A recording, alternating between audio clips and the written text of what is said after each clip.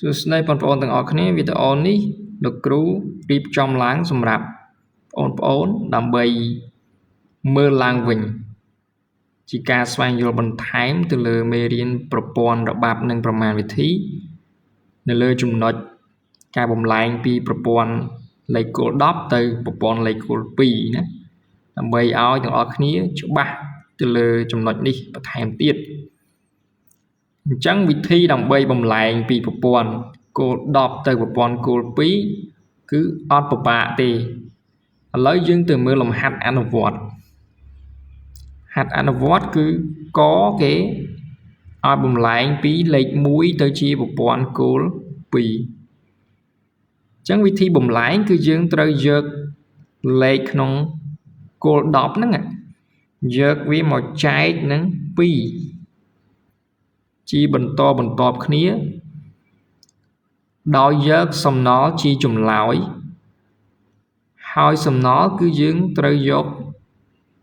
ពីសំណល់ចុងក្រោយទៅសំណល់ដំបូងគេឬនិយាយម្យ៉ាងទៀតគឺយើងយកសំណល់ពីក្រោមទៅលើឥឡូវលោកគ្រូចែកឲ្យមើលណា1យើងយកចែកនឹង2យើងដាក់បាន0ដងអញ្ចឹង0ដង2 0 ដង 0 1 ដក 0 គឺសំណល់សល់1អញ្ចឹង1នេះឯងគឺជាចម្លើយហើយដោយសារវាអស់អីចែកតទៅទៀតនេះអញ្ចឹងលេខយើងតូចបំផុតហើយគឺ1ហ្នឹងអញ្ចឹង1នៅក្នុងប្រព័ន្ធគោល10ទៅជាប្រព័ន្ធគោល2គឺ1ដដែលប៉ុន្តែ1នេះគឺ1ក្នុងប្រព័ន្ធគោល2ជាងមើលលំហាត់ខ10ទៅជាប្រព័ន្ធគោល2ស្មើប្រមាណអញ្ចឹងយើងយកវាមកចែកនឹង2មកយកវាមកចែកនឹង2មកយើងបាន5ណា5 2 ដង 10 សំណល់ស្មើ0 5ចែក2តទៀតយើងដាក់បាន2ដង2 2 ដង 4អញ្ចឹង5ដក4 1សំណល់សល់1 2ចែកជា2យើងដាក់បានម្ដងសំណល់មិនស្មើ0ហើយ1ចែកឲ្យ2ហ្នឹងយើងដាក់0ដងសំណល់វាសល់1អញ្ចឹងដូចដែលលោកគ្រូនិយាយមិញចម្លើយគឺជាសំណល់ដែលរាប់ចាប់ពីក្រោមឡើងលើអញ្ចឹងចម្លើយរបស់យើងគឺ1 1 0 1 0ណាអញ្ចឹង10ទៅជាប្រព័ន្ធគោល2គឺ1 0 1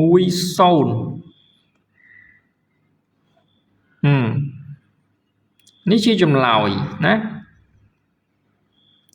ឡើយយើងទៅមើលកគឺ35ទៅជាប្រព័ន្ធគោល2ស្មើប្រមាណទៅយើងយក35មកចែកនឹងប្រមាណបងប្អូន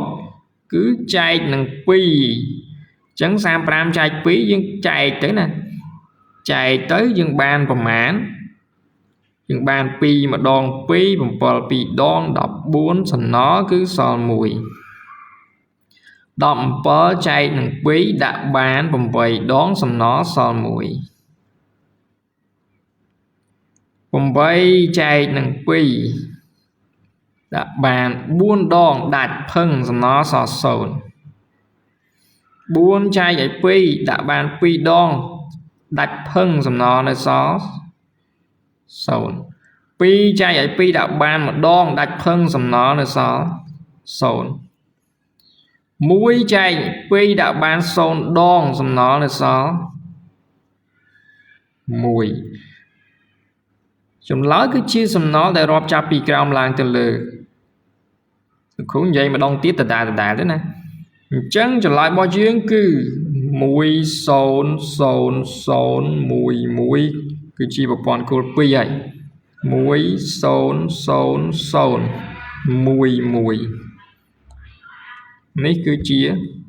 ចម្លើយណា អញ្ចឹងបើយើងយល់ប៉ុណ្ណឹងលំហាត់ខលំហាត់ងក៏យើងអាចធ្វើបានដែរណាគ្រាន់តែលេខវារៀងធំជាងនឹងបន្តិចប៉ុន្តែយើងចែកនឹង2បន្តបន្ទាប់គ្នាទៅ